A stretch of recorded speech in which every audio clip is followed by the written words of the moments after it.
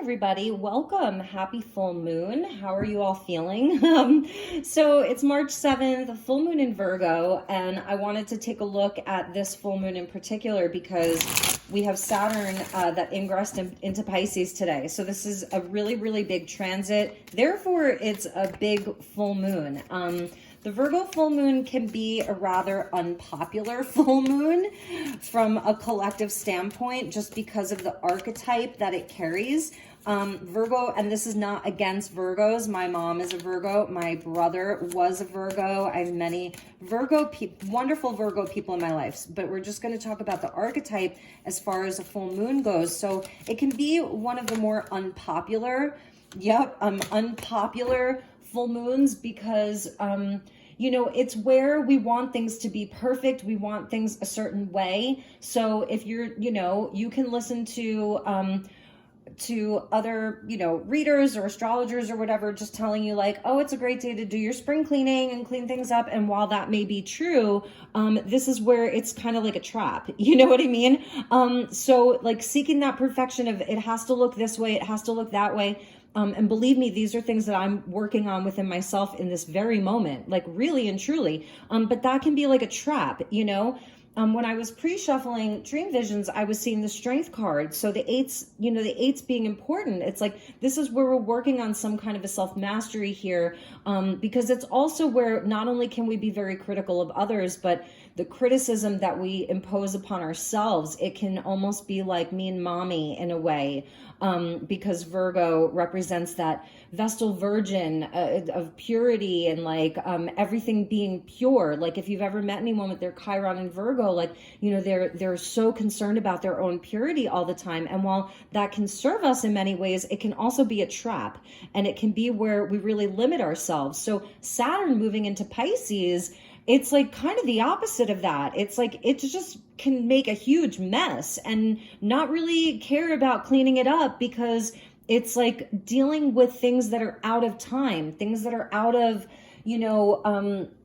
out of the perfection of Virgo. So that Virgo Pisces axis is really what we're working with. And it's so interesting that on the full moon, just a few hours later or whatever, it's like, yeah, boom, Saturn makes its transit into Pisces, where it's going to stay for the next, 2.5 years, 2-3 years. So let's get some more cards. I am going to do a deep dive into Saturn and Pisces, and I will cover a lot of the more shadowy aspects of it, because that's really the part that I'm most interested in, because I feel that that's where the most opportunity is for many of us. So, all right, let's, and we'll look at the other polarity as well, because that is Pisces. The two fish swimming in opposite directions, it really holds all of it. So that'll be a deeper dive. So let's just take a look at today's energy. Whenever you're seeing this, if it's over like the course of the next week, what do the guides want you to know? Let's see what energies want to come in. Inviting in the divine with love and with light. Before I cut the deck is the Six of Swords, and it's like, yeah, we're moving from sort of one, closing out a huge chapter, moving into a new one, and it's like we just want to get there safely. We just want to get there safely. This is safe passage, and it is definitely a time to call on your highest self, really. Because it's really not about being trapped in anything or in any one specific thing. I think it's really about kind of opening the channels to see where you're going, and it's moving towards the light. The Tower, boom, boom. And this is some people will say Pluto. Most people will say Pluto. For me, it's also very Uranian, right? With the lightning there, so the element of lightning coming in. And this is just like, this is a reality check in a big, big way. This is lightning striking. It's a reality check about, that maybe we don't have all of the answers. Eight of Swords. Maybe we can't see every single thing right now, and that's okay. And maybe for some of you, that's just a revelation, is like, You know, we know that we're moving on to something new. We know that we can absolutely, if there's anything that we've learned from Saturn and Aquarius and all of the lack of control, right? That many people felt they had no control during that transit about the direction their life was going in, their circumstances, their connection to other people and communities and things like that. That's Aquarian. If there's anything that we've learned, it's really to really follow our inner light and hopefully our intuition and our inner guidance. So this is like that kind of reality check, Pluto at the last minutes of Capricorn. So it's also about not playing the victim is something that I'm seeing here, not playing the victim. And maybe even the desire to blow up your life in some way and make some kind of huge radical change. Again, I was saying Uranus because it's in Taurus with the North Node.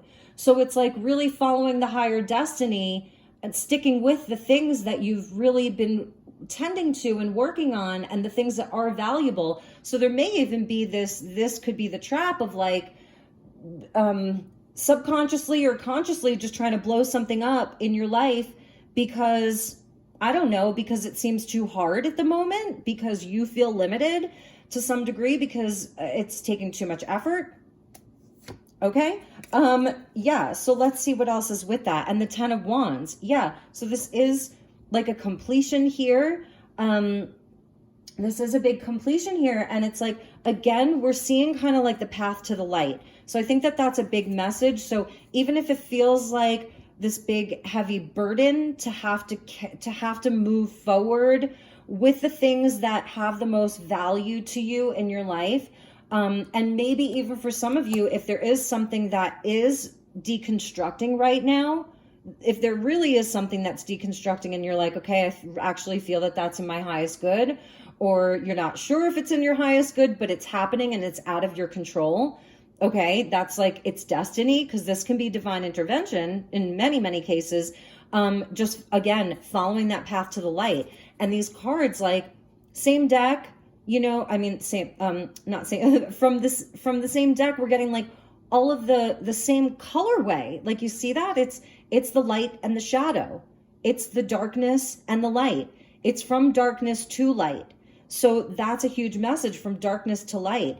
And it's funny how I reached for a different deck, you know, to pull from, for that first card, but it's really like understanding that, that path is illuminated somehow, like it's being illuminated. 6 of Swords at the bottom with the Magician. And this is Mercury that's also in Pisces here. So, you know, it's even like we may not have all of the answers right now, but it's about really looking towards the spiritual energy. And that is Pisces. Really looking for the highest spiritual path. That's Pisces, the highest spiritual path. But also understanding that there's going to be a lot of shadow along the way with the Piscean energy, and it's fog. So it means that we may feel lost. Okay, that's a message, because think about fog or like vapor, Pisces, mutable water. So it's always shape-shifting, clouds and fog and all of that. Even if you're feeling lost, understanding that, that you don't have to have all of the answers. 8 of Swords.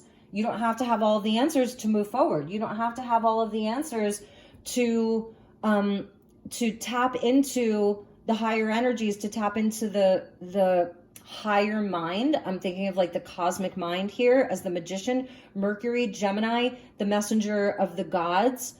So, or the messenger of God. I even see it connected to Archangel Gabriel, the Magician, in like a really strange way. So again, that higher path, like that there is something that's illuminated if you follow the light.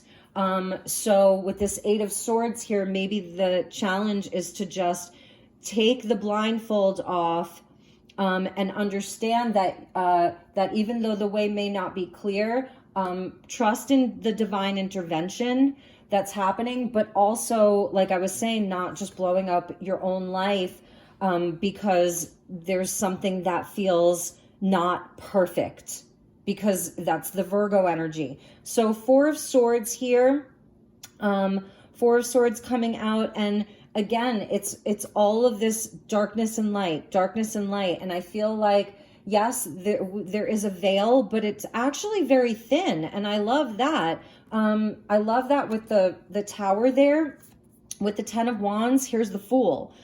You know, so this can go either way, because it's like, yes, this path is illuminated, and there may be some really heavy energy. You're just dealing with a lot right now. So it's kind of like, how does the Fool serve you? And then how can it also harm you? Because there are things, we're at that 0 point, right? 0 degrees of Saturn in Pisces, and we're going to come up on 0 degrees of Pluto in Aquarius, and then 0 degrees Sun in Aries. So this 0 point energy being really important.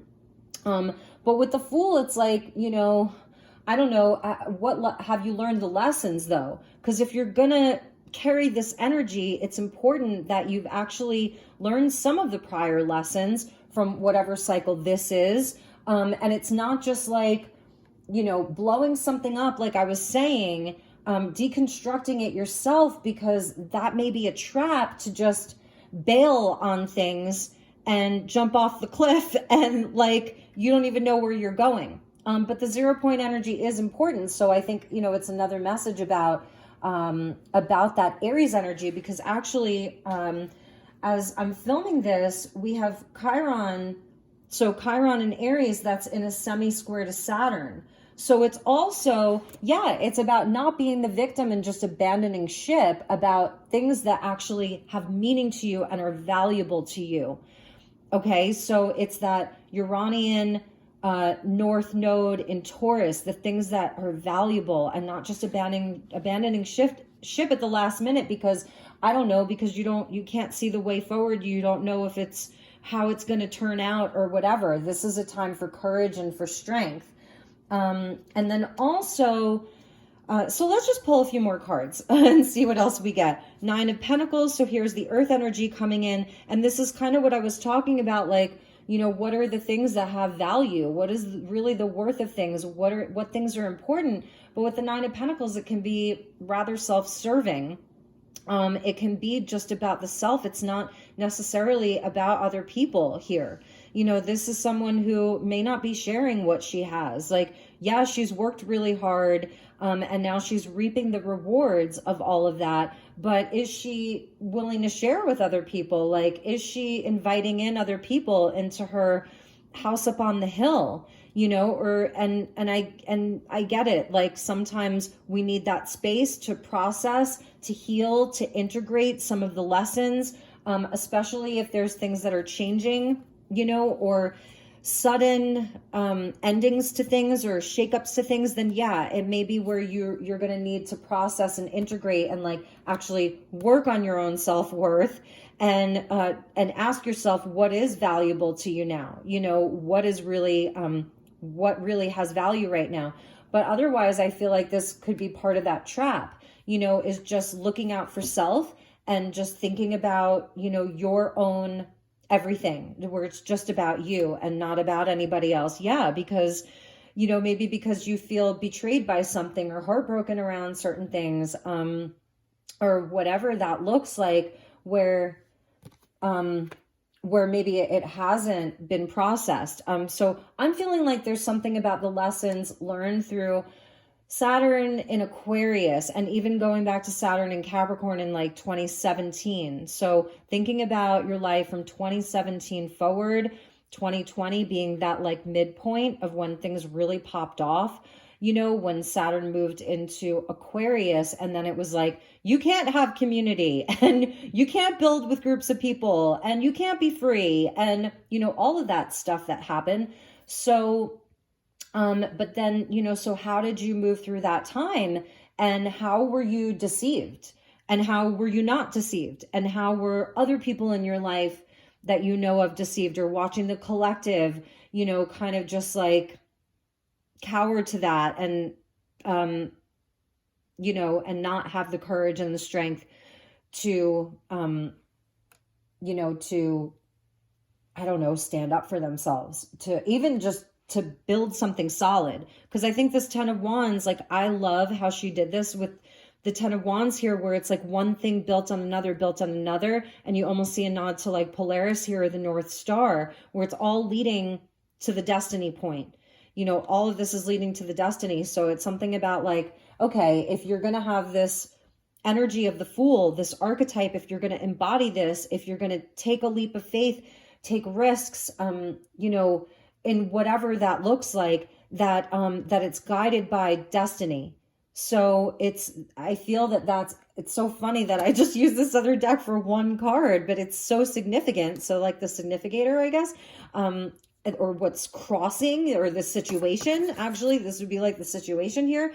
So it's like, can you get out of your own way, the trappings of your own mind? This would be the lower mind, or like the ego.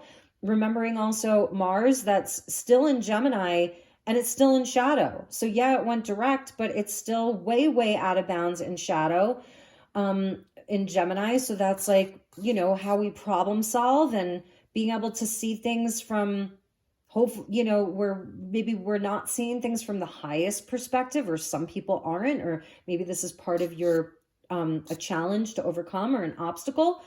So with the Fool, it's like great to be in that 0 point field, but it's also to where, you know, the Fool can have varying vibrations as well. That's why he's called the Fool. So in whatever you're leaping into, is it aligned with your highest destiny, and not just like what you want to happen? And if it's not, then you're probably going to have a tower moment.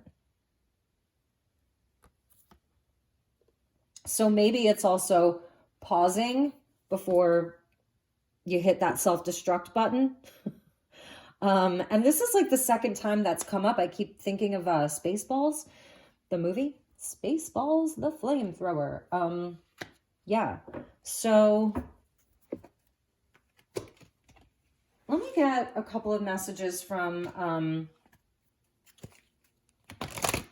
the Wisdom of the Oracle. You know what's interesting is that underneath that Magician, so this was the bottom of the deck here, was the Two of Swords. This is all mental energy here. You know, this is all the workings of the mind, the trappings of the mind, is what I'm seeing. 8 of Swords, 3 of Swords, 4 of Swords, 6 of Swords, 2 of Swords, the Magician, Mercury. You know, so this is, a lot of it's like the trappings of the mind. And I feel like it's also about, because the Piscean energy can be very deceptive. So it's not about outside enemies or things outside of yourself that you're a victim to. It's really taking ownership and looking at your own mind, and where your mind can even be deceiving you. And I think that's why the 4 of Swords is really important. Like, I think this is a beautiful, beautiful energy. And yeah, there's been a lot of, you know, heartbreak in the past 3 to 6 years, but also there's a reason why the 3 of Swords is swords, you know, why the heartbreak has to do with the mind. And I do love the 9 of Pentacles being here. She's not like some bad card or anything. But so the focus, there is something about the self that's important, but it's not the end all be all. So like, yeah, your worth is important. Your value is important. You know, all of that, your stability, your ability to have your needs be met, super important. I love the bird there because it speaks to me about the divine coming in with messages. Grounding is important at this time as well, with that Piscean energy, like I was saying, about like kind of illusion, deception, fog, lots of mutable energy too. Virgo, Pisces, and like even Mars and Gemini, that's all mutable. So it's like things are constantly evolving and changing. It's like the only thing that's really set in stone is your destiny, and no man or woman can escape their destiny anyway. So, you know, you can think about that and how that works into your life. So yeah, that's kind of what I was feeling. We're getting yin coming out with the 2, number 2. And so the feminine principle, this is like the beautiful chalice, and it's sort of like a softening, because this swords energy, and even Mercury, Hermes, Archangel Gabriel, if you want to call it that, the message from God here, I feel like that's a big one, because we're seeing new life and time to go. So that's kind of like the Two of Swords. It's like, okay, we're being like hatched open here, especially as we come up on spring. All of the little birds that are going to hatch out of their eggs, and they're taking like their first breath out in the world, right? Speaking of the birds, right? So, and all this swords energy related to air. Breathing, obviously, always important, but you know, taking that first breath, new life, and then it's like, all right, it's time to go. And it is time to follow that path of destiny, and not letting the trappings of your mind or your ego get in the way of whatever that looks like. 4 and 5 is 9. So going back to this 9 of Pentacles, 39, which equals a 12, which is a 3. So 3 and 9, and then the 2. So yeah, definitely about relationships with other people, but there's something about allowing. And if this tower is coming in and you're feeling like it really is time to go because it's serving your highest path, and you feel that it's like guiding you toward this North Star, then by all means. But if it's something that, you know, I was talking about before, where it's just like blowing up your life because I don't know, because it isn't perfect, or because you can't like see everything so clearly, then it may be time, you know, then it may be a good idea to pause, and to do some healing on yourself and get out of this trap. So the new life, I love that, because it is really speaking to all of this 0 point energy, really and truly, like this beautiful spring, this hatchling, this new life literally coming out of the egg and taking its first breath. I think that that's like really, really promising. And that's also the 10 of Wands there with that star. I love it. And the yin is the feminine principle about allowing. So when I was saying like there's a lot of mutable energy, the only one we're really not seeing is Sagittarius, which is like the mutable fire, but we're seeing mutable water, mutable earth with the Virgo, and then this Gemini energy, the Mars, you know, transit through Gemini, still that's mutable air. So mutable, changeable, more in flow, more adaptable, more flexible. And that's sort of like the feminine principle, you know, just about allowing and being in flow and being open to receive, whether it's receiving, you know, the messages, receiving the guidance from spirit, just allowing. Maybe it's not, I don't see anything very forceful here other than the Tower. And the Fool will take action, obviously. So that's the other thing with this moon, right? We have Venus in Aries, we have Jupiter in Aries, but we also have Chiron in Aries, and it's in conjunct the moon.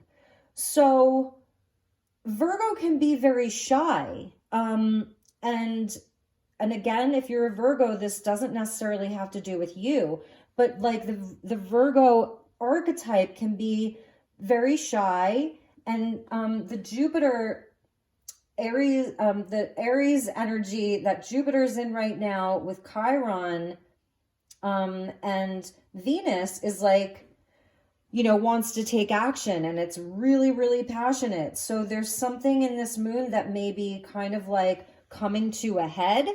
It's kind of like the volcano erupting, you know, and maybe that's even what's creating a tower. I love how they're kind of connected there. You see like this giant kind of mountain or cliff that the Fool stands on. It's kind of reminding me of this tower in a weird way. It's really interesting how I'm seeing a connection between these two right now. So this, you know, is where, I don't know. I mean, I'm not going to tell you not to, because I think that in this full moon in Virgo, there is a need to want to express more. But it's like with that Aries energy, that's life force and passion.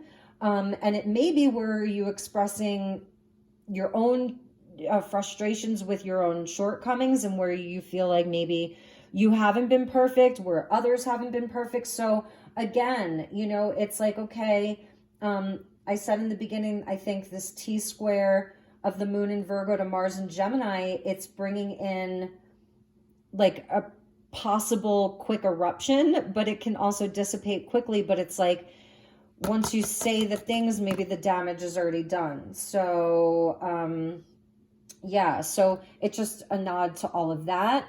But I do love the 10 of Wands with the Fool and the new life and the time to go. This maybe doesn't mean that you're like actually leaving a relationship or a job, or, you know, it could be. But it's like, it's time to go. Like, let's move on. Let's move on to a new chapter, you know, and can we get that safe passage?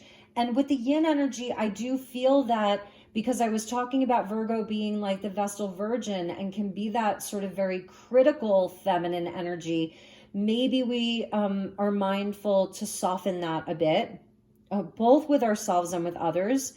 So just that grace, because I'm seeing this as grace, and especially with that Fool. And when we think about new life, you know, I was watching this short reel on Instagram today about these two bald eagles. They put a camera up like on the bald eagle's nest, and you see the mama eagle, and it's in the you know, it's so cold, and I think they had just made it through a snowstorm, and so she's sitting on the two eggs. She had laid the two eggs, she's sitting on them as birds do, right? And then she starts cawing out, or whatever eagles do, like crying out for her mate to come. So then the male bald eagle comes, and because she needs a break. Apparently she had been sitting on the eggs for 26 hours straight in the middle of a huge storm on top of this huge tree somewhere. I don't even know where it was taking place. And the male takes over so that the feminine can, I don't know, go take a stretch, have a flight, just get some exercise, take a break. And then she comes back, and the dad is like not letting her. He's like, no, like, I got this. And she's like, no, get the hell off the eggs. She's like, thank you for helping me out. Thank you for playing your part. You're a great partner. I'm just making the conversation up. But she's like, I got this. So I just thought that it was beautiful. It really is like, maybe right now we are, whatever that is called, the process of when the bird, and again, because, the bird, the egg, the Fool, a nod to Aries season and spring, and this 0 point of this new chapter, this new life, and how the feminine energy just nurtures that and understands that everything is in divine timing, that even North Node Taurus, there's a gestation period. This is slow growth. So yeah, it's not about having perfection in the moment. And believe me, I am not just like preaching to you. I am speaking to myself as well, because when it's something that feels destined, or that you're like, okay, this might be my destiny, like it may very well be, it feels, again, if it's something that's not, that's toxic, that's terrible, let that tower crumble it down. Okay. But with this 10 wands there, and I keep seeing Polaris and the North Star, it's like there is a gestation period, and the feminine principle knows that, that gestation period is so important. It takes time. And ultimately, I feel we're going to clarify this 9 of Pentacles here, because I feel the 9 of Pentacles like being really important. Like I want to understand where this 9 of Pentacles is going. So let's, that kind of clarifies it for me too. A leg up, so we're seeing another nod to like the North Pole, our inner compass, the destiny point, our North Star, but a leg up where it can't just be about us and our journey all the time, and not, being involved inside of a larger community, because that's where from 2020 forward, it was like, stay in your homes, quarantine. I actually had a friend, during quarantine, I'm going to tell this story. I remember I was living on 160 acres in Sedona, outside of Sedona. It was a live work situation. And on a freaking what's it called? On a a Taoist retreat center. It was Korean owned, actually. So shout out to them. Beautiful, beautiful land. It was an amazing experience. So I was living there when lockdown happened and everybody left. We had no visitors coming in, obviously. So it was just a few of us, like staff members. Some of the masters were still living on campus, as they called it. But we were like, you know, we were workers. We weren't a part of, I wasn't a part of like their spiritual community. And they respected my spirituality. I respected theirs. All good. But me and a close friend, I don't know if he'll watch this, Forrest, if you watch this, I love you. We got together and he was my next door neighbor. And we hadn't even been out of the campus really. We, you know, got together and, you know, had some drinks, which we weren't supposed to do, but whatever. And I remember sending a picture of us to one of my friends out in California, a longtime friend. And she was totally buying into all the deception. And again, you know, whatever. I know a lot of people did. It's fine. No judgment.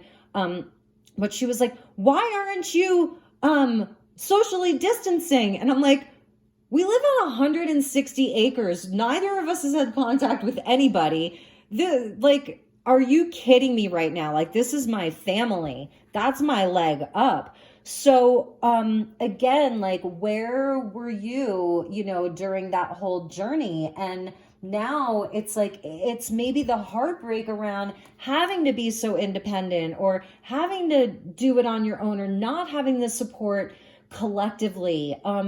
But also the trappings of that kind of hive mind group think. That's the lower octave of the Aquarian energy. So when Saturn comes in, it's like, it's going to deconstruct some of this stuff so that we understand it better and we can kind of like restructure it, rebuild it, or the universe is doing that, you know, this stuff with divine intervention.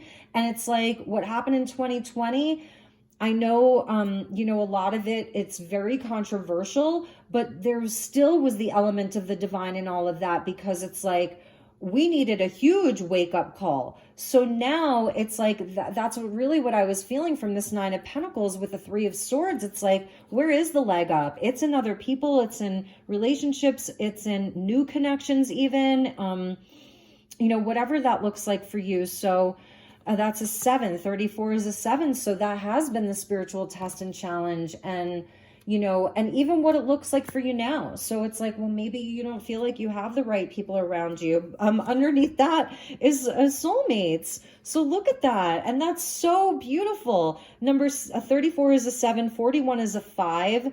The challenges, the spiritual test, all of it, you know, coming in right here at the bottom. Penguins and polar bears, again, connected into the energy of like the North Star, the North Pole, our inner compass, all of that energy. This is about destiny here. So, and it's not like, you know, you can fuck up your destiny, but you sure as hell can make poor decisions and be trapped in the ego and self-sabotage and all of that stuff. 100%. So I feel there's a lot of like breaking of patterns, not repeating the patterns. So yep, slow and steady growth. I'm just looking at some of the things that I've written down. Don't sell your soul to your ego and walk away from your destiny. And that was something that Robert Phoenix of the 11th house said this morning. Don't sell your soul to your ego and walk away from your destiny. Don't sell out your destiny. So if you are doing this time to go, which path are you walking towards? Are you going towards this? Then have at it. Are you going to be, you know, hatching out of this egg? I love it. It's beautiful. So, you know, these are questions to ask, and maybe you're already there, you know, and maybe you're really an advanced soul, and you're watching other people or you're guiding other people And there's so much misinformation in the spiritual community. Like, I've just had it. I'm getting so bored with so many of these accounts and channels and people. And I'm like, I'm just getting really bored with a lot of it, because I don't feel that it's really bringing truth or real opportunity for empowerment. It's like boring me.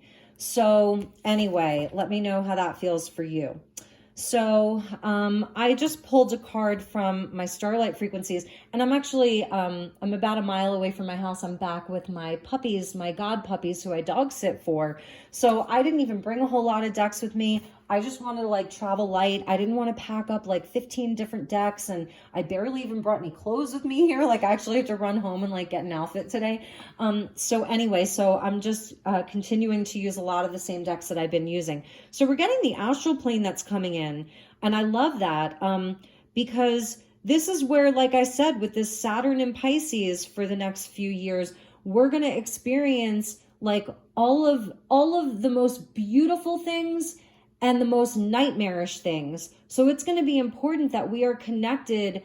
You know, this is talking about the astral plane and our ability to experience and gather insight from the earth, right? So insight from the earth, I think that that's super important. That's part of this Nine of Pentacles, is really connecting to the earth, like having that grounded spirituality, because I already see it. It's like, oh, Pisces, and your dreams and your imagination, and you're just going to have this massive spiritual growth. And yeah, like, of course, that can absolutely happen. But there's also going to be so much deception inside of that. And especially with Saturn and Neptune being in Pisces, you know, both of those big planets being in Pisces, and not forgetting that Jupiter, I was going to say Jupiter is Pisces' ancient ruler, but forget about that. That's not important right now. But, you know, these two big planets, Saturn and Neptune, both being in Pisces, yeah, it's going to be hard for some people to see through the deception, especially the people who didn't with Saturn in Aquarius. So, you know, so we can gather our insight from the earth. This is beautiful. She's bathing in, this reminds me of like, of Sedona right here with the red rock, and then some of the pools that can form. I know there's like 7 sacred pools. So, and the cosmos and beyond. So it's like we have multiple places to gather information from. It's not just one place. It's not just one perspective, or like, I don't know, like this whole spiritual community that can feel like a giant trap. It's becoming more and more of a trap that you have to like, oh my God, I would probably get so ripped by so many people for so much of what I'm saying, you know, inside of this, because it's not spiritual enough. And I have felt that, like, I have been detaching from so many, you know, quote unquote teachers that I used to follow for so long, because I don't know where they're gathering their information from, and it's bothering me. Like, where are you getting this information from? Because this doesn't feel accurate. It doesn't feel aligned with my truth. And I know that truth can be subjective, you know? Yeah, thank you to the angels for this one, because they're telling me to have patience. So here's the emotional body. And, you know, I love this card. So shout out to Starlight Frequencies and True North Tarot for one of my favorite decks that's ever been made.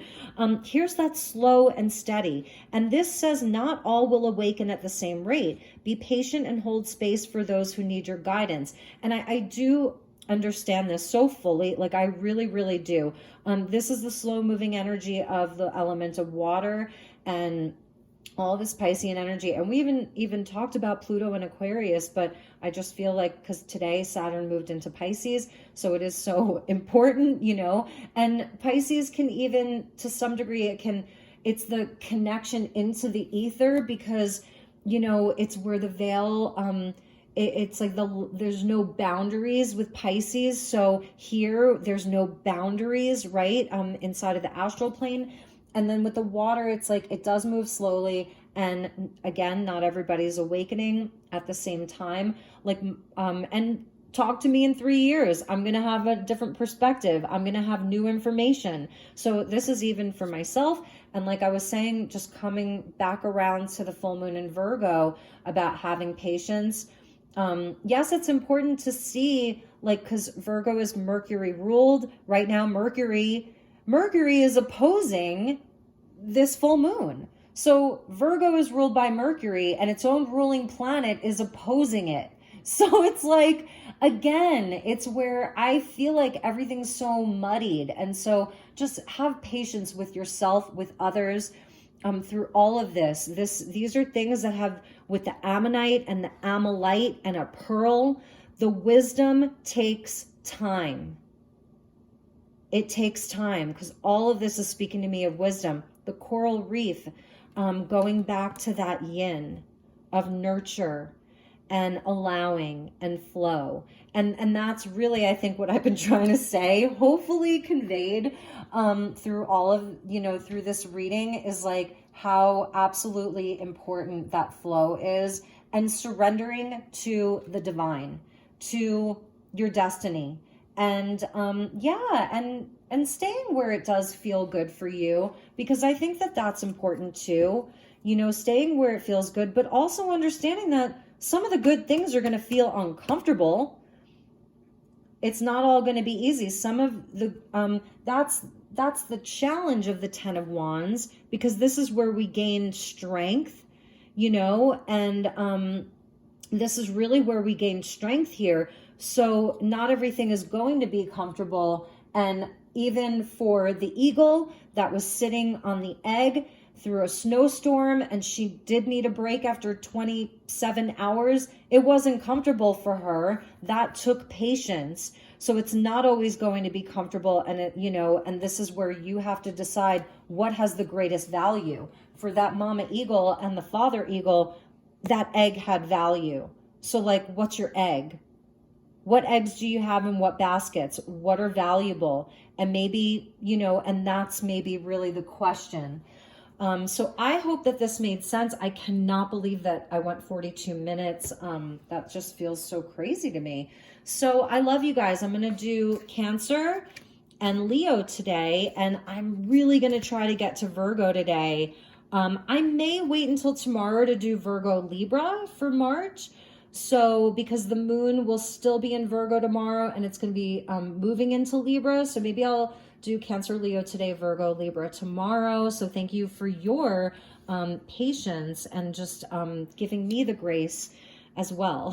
So I love you guys. I will see you all soon. Have a wonderful day. Please let me know how this resonated. And I love you. Take good care. Namaste.